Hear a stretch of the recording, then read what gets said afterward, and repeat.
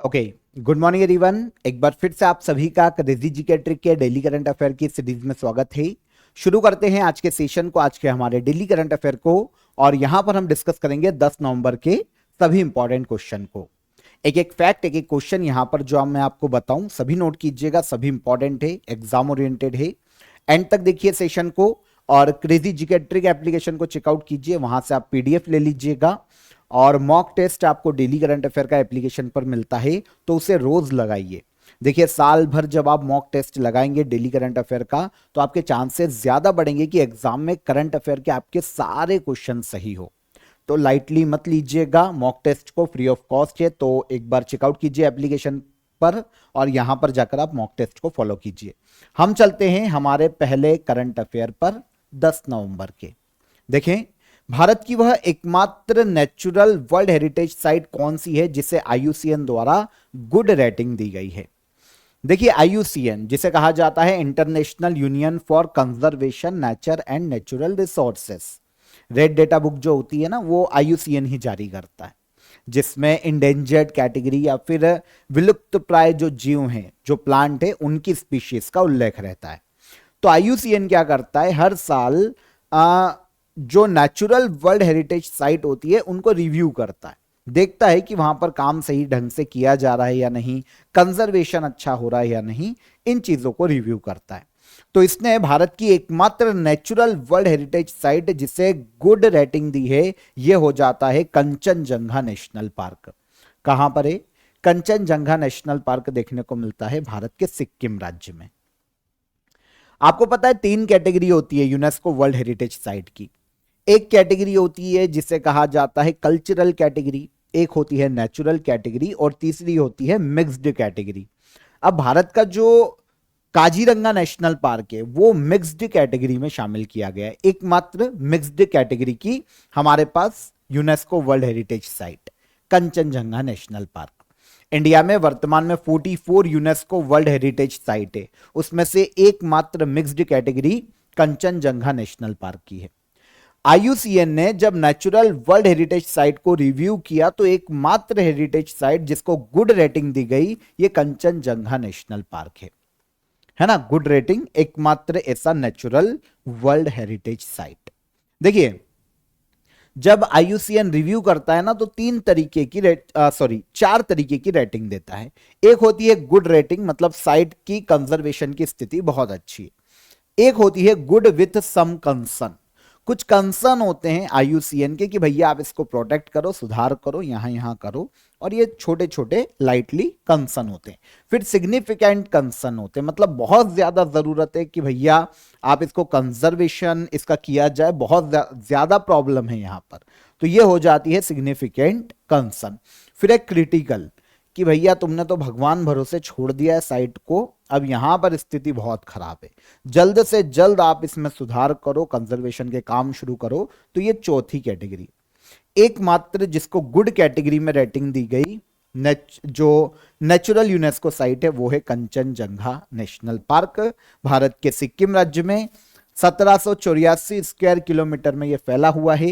1977 में इस biosphere reserve या नेशनल पार्क की स्थापना की गई थी। ठीक है, तो यह हो जाता है हमारा answer.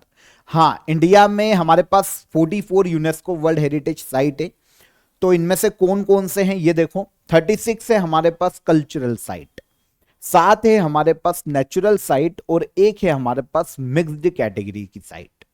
Okay, first world heritage site में हमारे को 3 मिली थी सबसे पहली बार। एक है अजंता केव्स, सेकंड मिली थी Ellora caves, Ajanta Ellora caves, second मिली थी आगरा फोर्ट और थर्ड मिला था हमको ताजमहल। ये एक ही साल में एक साथ घोषित किए गए थे।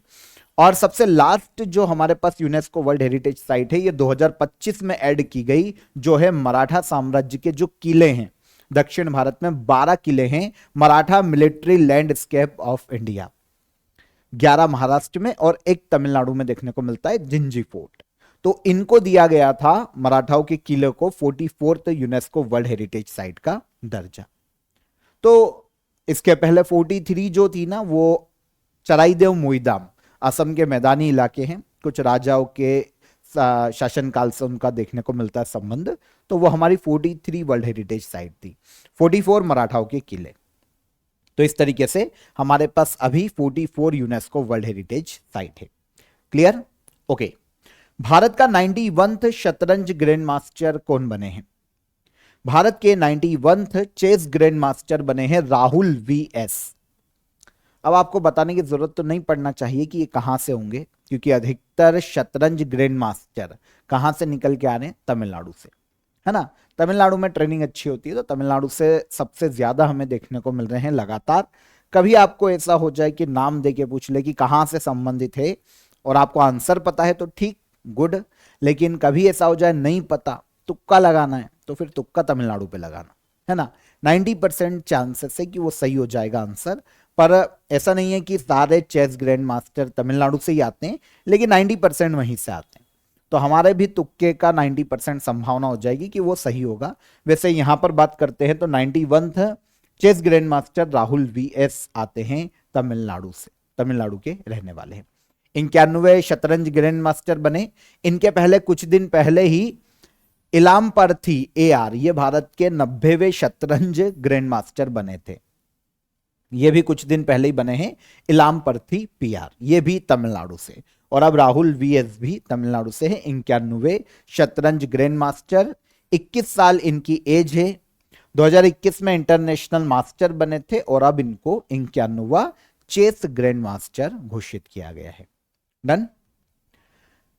हाल ही में नोबेल विजेता जेम्स वॉटसन का निधन हो गया। इन्होंने किस चीज की खोज की थी? James Watson Nobel prize winner है। इन्होंने डीएनए स्ट्रक्चर की खोज की थी। डीएनए स्ट्रक्चर की खोज का श्रेय दिया जाता है इनको, जिनका नाम है जेम्स वॉटसन। अमेरिकी बायोलॉजिस्ट, जूलॉजिस्ट, बहुत ही फेमस जेम वॉटसन। इन्होंने फ्रांसिस क्रिक के साथ मिलकर 1953 में डीएनए का स्ट्रक्चर खोजा था, है ना। ये जो आप स्ट्रक्चर देख रहे हैं, ये डीएनए का सीढ़ीनुमा, इसको खोजने का श्रेय जेम्स वॉटसन और फ्रांसिस क्रिक को दिया जाता है। तो इसीलिए इन दोनों को, और एक और थे मॉरिस विल्किंस, इन तीन लोगों को 1962 में दिया गया था चिकित्सा का नोबेल। ये अलग हैं, फ्रांसिस क्रिक और जेम्स वॉटसन, इन्होंने डीएनए स्ट्रक्चर की खोज की थी। और एक दूसरी खोज के लिए संयुक्त रूप से मॉरिस विल्किंस के साथ इनको मेडिसिन का नोबेल दिया गया था। डीएनए के बारे में जानते हैं ना, हमारे जो सेल के अंदर पाया जाता है डीएनए नॉर्मली बॉडी में, है ना, सेल के अंदर होता है जेनेटिक कोड। हमारा जेनेटिक कोड होता है एक तरीके का, डीएनए पे ही डिपेंड करता है कि हमारा बॉडी स्ट्रक्चर कैसा होगा, आंखों का कलर, बालों का प्रकार, हाइट, स्किन कैसी होगी, ये डीएनए पे पूरा की पूरा बेस्ड होता है। डीएनए का स्ट्रक्चर होता है ये सीढ़ी नुमा। अब ये सीढ़ी नुमा में जो बाहर के आप क्षेत्र देख रहे हैं ना, बाहर के किनारे, इन्हें कहा जाता है, ये शुगर फॉस्फेट के बने होते हैं जो बाहर के किनारे, और अंदर जो आप सीढ़ी जैसी संरचना देख रहे हैं, ये नाइट्रोजन की बनी होती है नॉर्मली। तो इस तरीके से डीएनए के स्ट्रक्चर खोजने का श्रेय दिया जाता है इन दो लोगों को, जेम्स वॉटसन और फ्रांसिस क्रिक। इनमें से जेम्स वॉटसन का अभी निधन हुआ है। चिकित्सा का नोबेल 1962 में दिया गया था। एक और संरचना होती है आरएनए की। आरएनए के स्ट्रक्चर की खोज का श्रेय 1956 में अलेक्जेंडर रिच को दिया जाता है। इन्होंने खोजा था आरएनए का स्ट्रक्चर। ओके। दुनिया का सबसे बड़ा वन्यजीव सर्वे, ऑल इंडिया टाइगर एस्टिमेशन, किसके द्वारा किया जाएगा? आपको पता है बाघ जनगणना 4 साल में एक बार की जाती है। जो आखिरी बाघ गणना की रिपोर्ट आई थी ना, 2022 में आई थी। अब वापस एक बार फिर से बाघों की गणना की जाने वाली है, और इस बार ये दुनिया का सबसे बड़ा वन्यजीव सर्वे होने वाला है, ऑल इंडिया टाइगर एस्टिमेशन, और इसको करेगा national tiger conservation authority.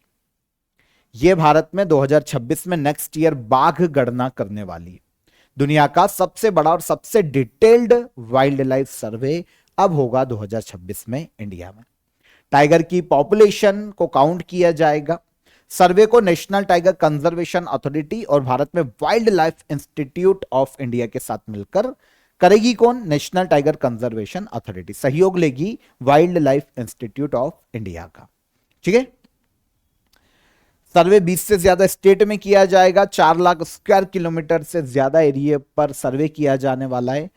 60,000 plus लोग इसमें लगेंगे, 40,000 से ज्यादा कैमरे इसका यूज किया जाएगा और काफी अलग अलग स्ट्रक्चर यूज किया जाएगा ताकि सबसे बड़ी जो वाइल्ड लाइफ सर्वे है वो किया जा सके इंडिया में, स्पेशली बाघों की गणना की जा सके। आखिरी बार जो 2022 में बाघ रिपोर्ट आई थी ना, हाँ एक और चीज है, 2026 में जब बाघों की गणना की जाएगी ना तो 2 साल से नीचे के टाइगर्स को काउंट नहीं किया जाएगा उसमें। ओके, तो 2022 में आखिरी बार हुआ था, तब भारत में टाइगर की पॉपुलेशन थी 3,682। पूरे इंडिया में टाइगर है। दुनिया की 75% टाइगर पॉपुलेशन इंडिया में। सबसे ज्यादा टाइगर 2022 के डेटा के अकॉर्डिंग एमपी में है, 785। ये 2022 का डेटा है ना, अभी चेंज हो गया होगा, लेकिन अब वो जब नया टाइगर रिपोर्ट आएगी तभी चेंज कर पाएंगे, तो ये अभी चलेगा। एमपी में 785। कर्नाटका दूसरे नंबर पर है जहां पर 563 बाघ हैं। उत्तराखंड तीसरे पर आता है 560 के साथ।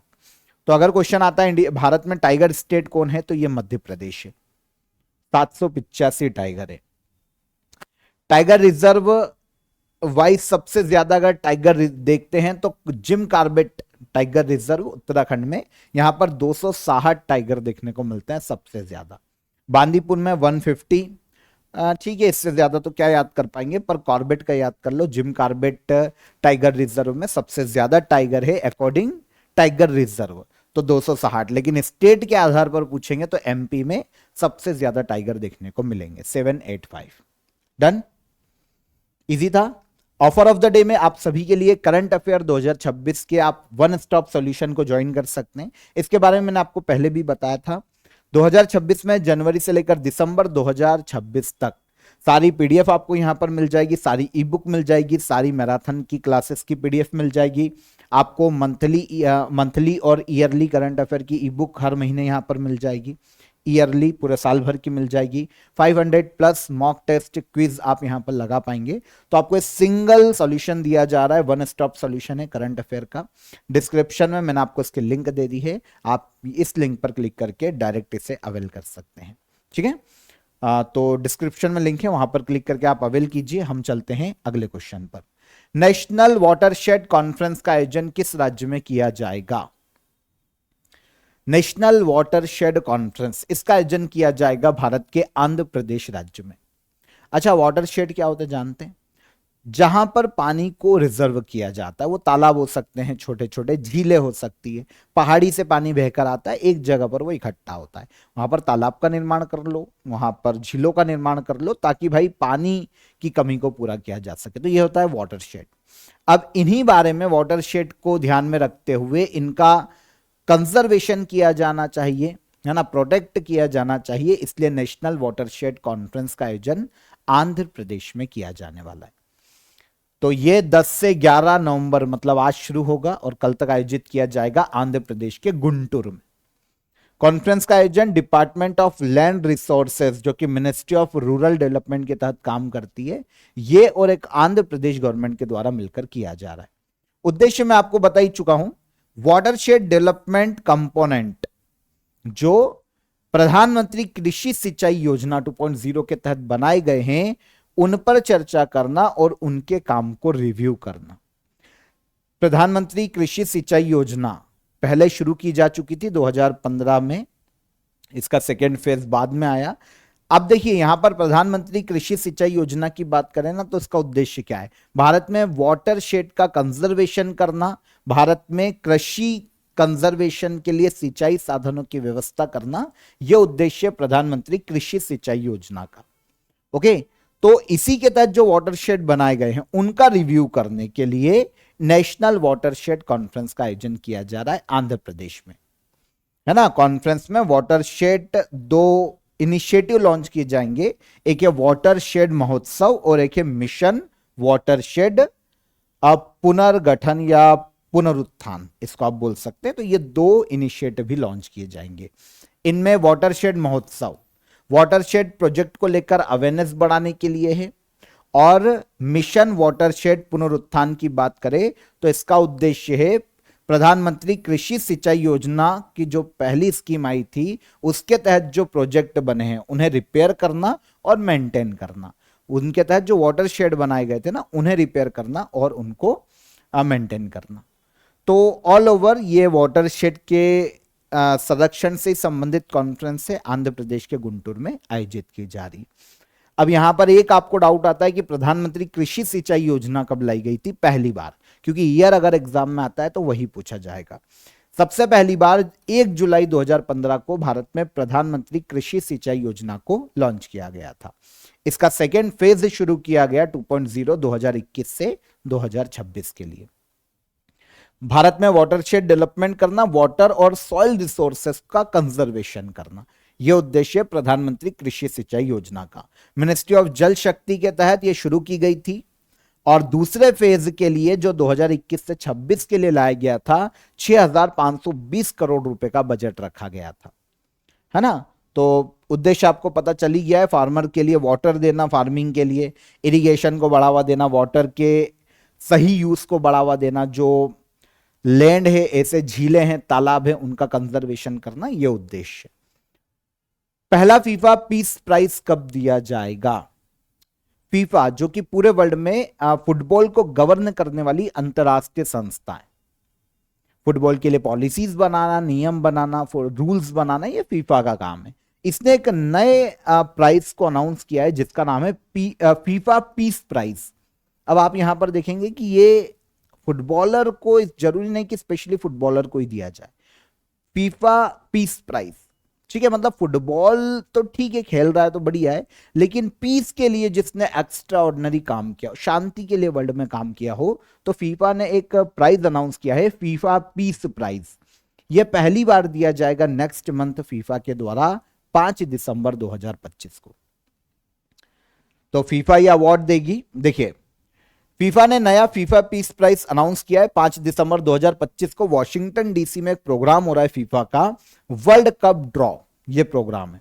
अच्छा, वर्ल्ड कप ड्रॉ प्रोग्राम को भी समझ लेते हैं। एक ऑफिशियल सेरेमनी होती है जिसमें डिसाइड किया जाता है कि आने वाले जो गेम्स होते हैं कितने ग्रुप होंगे, किस ग्रुप में कौन सी टीम होगी, कौन किसके खिलाफ खेलेगी, है ना, राउंड मैचेस। तो इन सबको डिसाइड किया जाता है, ये होता है फीफा का वर्ल्ड कप ड्रॉ। तो नेक्स्ट ईयर फीफा का वर्ल्ड कप है 2026 में, फीफा वर्ल्ड कप। तो उसमें ग्रुप कौन सी टीम किस ग्रुप में खेलेगी, है ना, काफी सारी टीमें, तो कौन किस ग्रुप में खेलेगी, कौन सी टीम किस टीम से मुकाबला करेगी, ये सब यहां पर अनाउंस किया जाएगा वर्ल्ड कप ड्रॉ में। ये 5 दिसंबर को ये प्रोग्राम होगा वॉशिंगटन डीसी में, और यहीं पर पहली बार फीफा पीस प्राइज दिया जाएगा। ऐसे किसी भी व्यक्ति को दिया जाएगा जिसने शांति के लिए एक्स्ट्रा ऑर्डिनरी काम किया हो, खेलों के माध्यम से या अदर तरीके से। फीफा वर्ल्ड कप की यहां पर बात हुई है। 2026 में 3 देशों में आयोजित होगा, कनाडा, मैक्सिको और यूएसए। 23वां एडिशन है फीफा वर्ल्ड कप का, 3 देशों में हो रहा है एक साथ, कनाडा, मैक्सिको और यूएसए में। 11 जून को शुरू होगा, 19 जुलाई तक खेला जाएगा। 48 टीमें यहां पर पार्टिसिपेट करेगी और ऑर्गेनाइज फीफा ही करेगा। अब यहां पर 3 देशों में क्योंकि इसका आयोजन होना है तो 3 मैस्कॉट घोषित किए जा चुके हैं, मैंने आपको पहले बताया भी था। कनाडा को रिप्रेजेंट करेगा मैपल, जो कि एक हिरण जिसे मूस कहा जाता है, इसको रिप्रेजेंट करता है, ये है बीच में, तो यह है मैपल। एक जायू मैस्कॉट है जो कि मैक्सिको को रिप्रेजेंट करता है, मैक्सिको के जगुआर से प्रेरित होकर। तीसरा यूएसए का एक राष्ट्रीय पशु है बाल्ड ईगल, राष्ट्रीय पक्षी है, तो इसको रिप्रेजेंट करते हुए इसका मैस्कॉट का नाम है क्लच, ये आप तीसरे नंबर पर देख सकते हैं। तो मैपल जो मैस्कॉट है कनाडा को रिप्रेजेंट करता है, जायू मैक्सिको को, क्लच यूएसए को। ये 3 मैस्कॉट है क्योंकि 3 देशों में आयोजन किया जाने वाला है और फीफा इसको आयोजित करवाती है। फीफा की स्थापना 1904 में की गई थी, 21 मई को। स्विट्जरलैंड के ज्यूरिख में इसका हेडक्वार्टर है और जियानी इन्फेंटिनो फीफा के प्रेसिडेंट है वर्तमान में। स्पेस एआई डेटा सेंटर बनाने के लिए प्रोजेक्ट सन कैचर किसके द्वारा लॉन्च किया गया? प्रोजेक्ट सन कैचर प्रोजेक्ट क्या है? स्पेस एआई डेटा सेंटर, मतलब स्पेस में एआई डेटा सेंटर बनाना, इस प्रोजेक्ट का मुख्य उद्देश्य है। और प्रोजेक्ट का नाम है प्रोजेक्ट सन कैचर। इसे लॉन्च किया गया है गूगल के द्वारा। सर ये क्या है? आपको पता है डेटा सेंटर क्या होता है? डेटा सेंटर जहां पर डेटा स्टोर होता है, डेटा प्रोसेस किया जाता है, एक जगह होती है जहां पर बड़े बड़े सुपर कंप्यूटर, बड़े बड़े स्टोरेज होते हैं डेटा को। क्योंकि देखिए, हम इंस्टाग्राम ले लें, फेसबुक ले लें, क्या है? पूरा डेटा ही है ना। इस डेटा को सिक्योर करने के लिए बहुत सारे कंप्यूटर और डेटा स्टोरेज की जरूरत होती है। अब दिक्कत यह है कि जब इनको रन किया जाता है, इनका यूज किया जाता है, तो इसमें एनर्जी भी बहुत ज्यादा लगती है। इससे क्या हो रहा है कि भाई वायुमंडल में जो गर्मी है, ग्लोबल वार्मिंग बढ़ता जा रहा है। डेटा सेंटर काफी सारे हैं काफी देशों में, यहां तक कि आप समझिए कि समुद्र के अंदर भी डेटा सेंटर है। उससे क्या हो रहा है कि समुद्र का पानी भी गर्म होता जा रहा है, ग्लोबल वार्मिंग। अब गूगल ने एक कदम आगे जाके क्या बोला है कि अब हम हमारा डेटा सेंटर है ना स्पेस में स्थापित करेंगे, और वो एआई के माध्यम से कंट्रोल होगा। एआई से कंट्रोल हो जाएगा पूरा डेटा सेंटर, और वो स्पेस में होगा। क्योंकि स्पेस नॉर्मली बहुत ज्यादा ठंडा है, तो एक तो उससे फायदा ये होगा कि अभी हमको जो पृथ्वी पर डेटा सेंटर है उसको चलाने के लिए एनर्जी चाहिए, तो हम एनर्जी यूज करते हैं, बहुत ज्यादा मात्रा में लगती है। जब हमारा स्पेस में डेटा सेंटर होगा तो हम सन एनर्जी को यूज कर पाएंगे। इसीलिए क्या है, प्रोजेक्ट सन कैचर, सन को ही कैच कर लो। तो जो सन की एनर्जी है, जो सौर ऊर्जा है, सोलर एनर्जी है, उससे हम डेटा सेंटर को रन भी करवा लेंगे। और क्योंकि जो स्पेस है वो बहुत ज्यादा ठंडा है, तो इससे डेटा सेंटर को ठंडा रखने में फायदा मदद मिलेगी। क्योंकि अगर पृथ्वी पर डेटा सेंटर है ना, तो बहुत पानी चाहिए होता है, बहुत ठंडक चाहिए होती है उनको ठंडा रखने के लिए, तो पानी बहुत लगता है। तो ऑब्वियस सी बात है, एनर्जी भी बचेगी, जो फ्रेश वाटर है उसको भी बचा पाएंगे, और बहुत सारे इसके फायदे अलग भी। तो स्पेस एआई डेटा सेंटर बनाने के लिए प्रोजेक्ट सन कैचर को गूगल ने लॉन्च किया है। सिंपल, ये ऐसा डेटा सेंटर अंतरिक्ष में ही छोड़ देंगे, वहां पर डेटा रखा रहेगा, प्रोसेस होता रहेगा। एआई पावर्ड डेटा सेंटर है, एआई के माध्यम से प्रोसेस करते रहेंगे। तो इसके तहत अर्थ के बाहर सैटेलाइट भेजी जाएगी जो कि सर्वर का काम करेगी। कई सारी सैटेलाइट एक साथ काम करेगी और डेटा सेंटर बनाएगी, क्योंकि एक पूरा हब चाहिए होता है, तो बहुत सारी सैटेलाइट एक साथ काम करेगी। इस प्रोजेक्ट के तहत जो सन कैचर लाया गया है, इसके तहत 2027 में 2 सैटेलाइट को स्पेस में गूगल के द्वारा लॉन्च किया जाएगा। डेटा सेंटर समझ में आ गया। अब जब वो एआई से चलेगा, एआई से कंट्रोल होगा, तो वो एआई पावर्ड डेटा सेंटर, और वो स्पेस में होगा तो AI powered space data centre हो जाएगा, जिसकी हमने यहां पर बात की है। AI powered data centre space में, हमारा क्वेश्चन भी इसी से था, स्पेस एआई डेटा सेंटर, है ना। तो गूगल ने इस प्रोजेक्ट को लॉन्च किया है, सिंपल था। आगे आ जाते हैं। स्कूल वेब ऐप किस राज्य में लॉन्च किया गया? स्कूल वेब एप्लीकेशन को लॉन्च किया है दिल्ली गवर्नमेंट ने। दिल्ली गवर्नमेंट ने क्या किया कि सारे जो गवर्नमेंट स्कूल्स हैं दिल्ली में, उनको एक ही प्लेटफॉर्म से जोड़ दिया जाए। अभी तक क्या होता था कि बहुत अलग अलग प्लेटफॉर्म होते थे सभी अलग अलग स्कूल्स के लिए, तो उससे क्या कंफ्यूजन बहुत ज्यादा था, लोगों को भी बहुत ज्यादा मेहनत करनी पड़ती थी।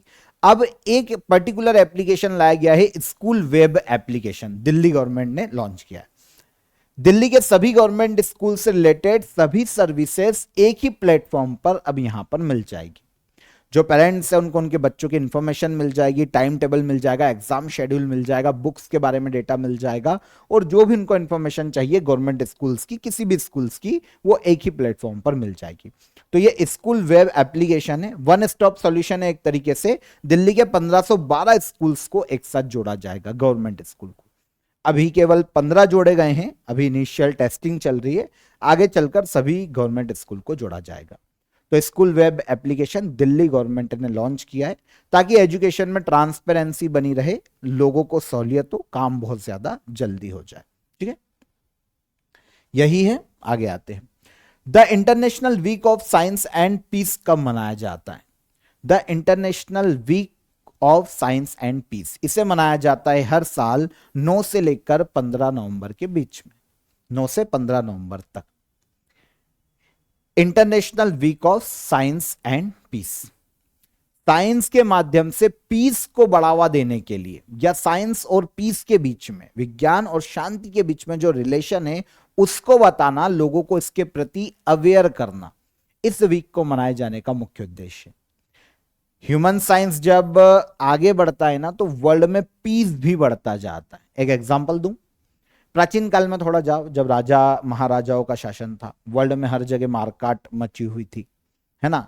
क्योंकि इतना साइंस से डेवलप नहीं था, तो कोई भी राजा किसी पे भी शासन कर रहा है, भयंकर नरसंहार इंडिया में हो या वर्ल्ड में कहीं भी हो, ऑब्वियस सी बात है राजाओं के शासन में तलवार के दम पर सत्ता लेना है, तो हजारों लाखों लोगों को मार के ही आगे बढ़ना होता था। अब जैसे जैसे साइंस आगे आई, गवर्नमेंट बनी, साइंस ने और ज्यादा तरक्की की, सैटेलाइट्स वगैरह बनी, और इससे क्या होता है, सभी देशों के पास उन्नत किस्म के हथियार आए। साइंस ने हथियार दिए, ऑब्वियस सी बात है विनाश कर सकते हैं, लेकिन कहीं ना कहीं ये हथियार भी एक पीस के लिए कारण है। हथियार एक से एक उन्नत है तो सभी देश चुप रहते हैं, एक दूसरे पर ज्यादा आक्रमण नहीं करते हैं, अपनी अपनी गवर्नमेंट, लोग शांति पसंद करते हैं क्योंकि उनको पता है सभी देश सक्षम है, कुछ भी कभी भी हो सकता है, न्यूक्लियर एनर्जी से संपन्न देश है। तो अब समझिए कहीं ना कहीं साइंस से होते हुए पीस निकल के आ रहा है। अगर आप कभी बैठ के सोचेंगे ना तो आपको समझ में आएगा कि कहीं ना कहीं साइंस और पीस बहुत सूक्ष्म तरीके से रिलेट करता है। तो इस चीज को जब आप समझेंगे ना, तो इसीलिए साइंस और पीस के बीच का जो रिलेशन है, इसको बनाने के लिए, इसके प्रति लोगों को अवेयर करने के लिए international week of science and peace मनाया जाता है 9 से लेकर 15 नवंबर तक। पहली बार 1986 में मनाया गया था, और फिर आगे चलकर जब ये सफल हुआ ना, तो यूनाइटेड नेशन ने 1988 में इसे ऑफिशियली मान्यता दी थी। पहली बार ये 1986 में मनाया गया था। इसके अलावा एक डे भी मनाया जाता है, world science day for peace and development. ये 10 नवंबर को आज मनाया गया है, मतलब आज मनाया जा रहा है। तो यहीं से वीक की शुरुआत भी हो जाती है, वैसे एक दिन पहले ही हो जाती है, पर 10 नवंबर को अगला दिन world science day for peace and development है। 2025 में trust, transformation and tomorrow, the science we need for 2050, ये थीम रखी गई है world science day for peace and development की। ये हो गया। नवंबर के कुछ अदर डे भी मैं आपको बता देता हूं। 5 नवंबर को वर्ल्ड सुनामी अवेयरनेस डे हमने देखा था। 7 नवंबर को नेशनल कैंसर अवेयरनेस डे। 8 नवंबर को वर्ल्ड रेडियोग्राफी डे। 9 नवंबर को national legal service day.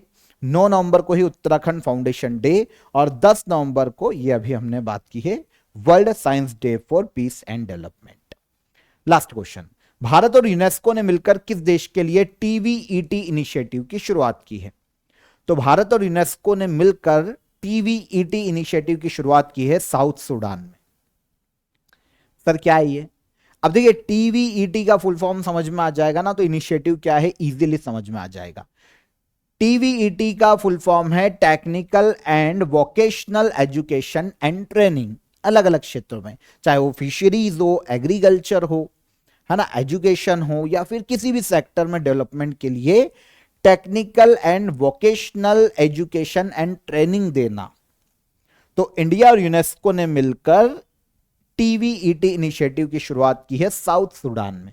South Sudan में एक तो इंडियन गवर्नमेंट और यूनेस्को मिलकर इस प्रोग्राम को आगे बढ़ाएंगे ताकि साउथ सूडान को डेवलप किया जा सके। ये जो इनिशिएटिव है ना, इंडिया का एक पहले का एक कॉन्ट्रैक्ट है, India UN for the global south delivering for development initiative. ये इंडिया और यूनाइटेड नेशन का एक इनिशिएटिव है जिसके तहत क्या होता है, ग्लोबल साउथ को डेवलप करने के लिए, ग्लोबल साउथ मतलब भूमध्य रेखा के दक्षिण में जो देश है ना ग्लोबल साउथ के, उनको डेवलप करने के लिए, ताकि वो अपने एसडीजीज जो सस्टेनेबल डेवलपमेंट गोल्स हैं उनको प्राप्त कर सके, इंडियन गवर्नमेंट यूनाइटेड नेशन की मदद करता है। ये एक इनिशिएटिव पहले एक कॉन्ट्रैक्ट इंडिया और यूएन के बीच में हो चुका है। तो इसी के तहत साउथ सूडान भी ग्लोबल साउथ में आता है, भूमध्य रेखा के दक्षिण में। तो अब साउथ सूडान की मदद के लिए हमने टीवीईटी इनिशिएटिव की शुरुआत की है यूनेस्को के साथ मिलकर, है ना। अलग अलग सेक्टर में हम सूडान की मदद कर पाए ताकि सूडान भी अपने एसडीजीज गोल को प्राप्त कर पाए, भूखमरी को खत्म कर सके, एजुकेशन अच्छा हो, हेल्थ सेक्टर उसका अच्छा हो।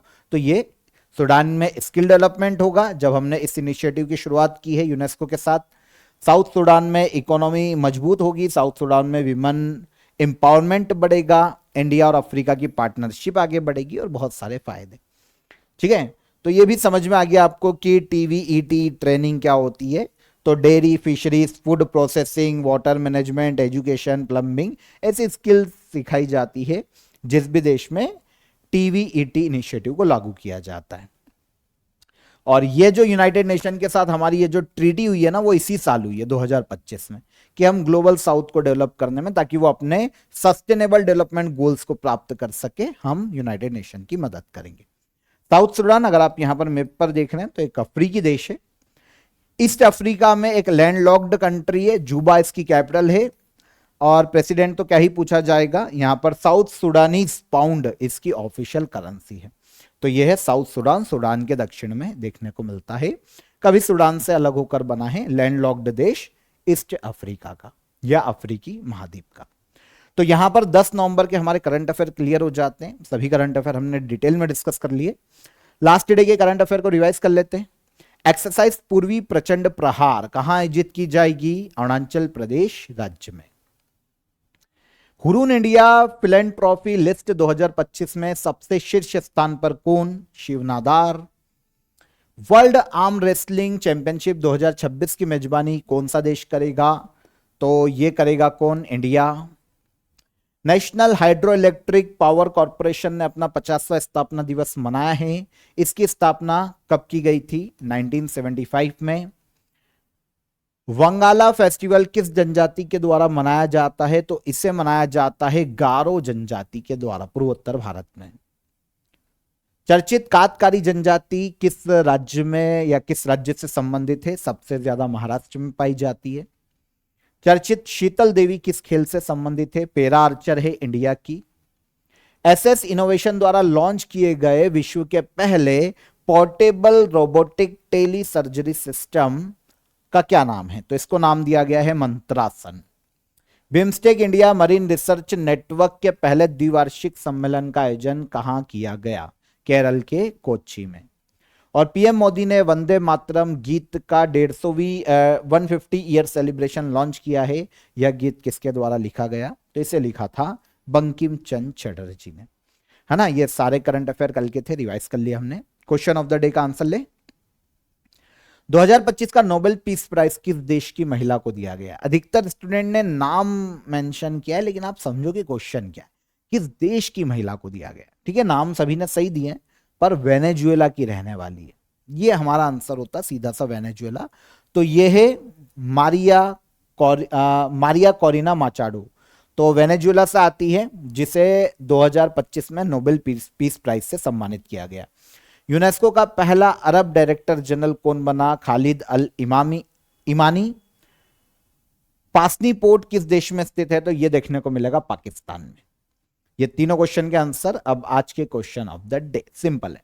महिला ब्लाइंड फुटबॉल वर्ल्ड कप 2025 का विनर कौन है, ड्यूरेंट रेखा किन दो देशों के बीच में स्थित है, और पहली आसियान समिट कहां आयोजित की गई थी।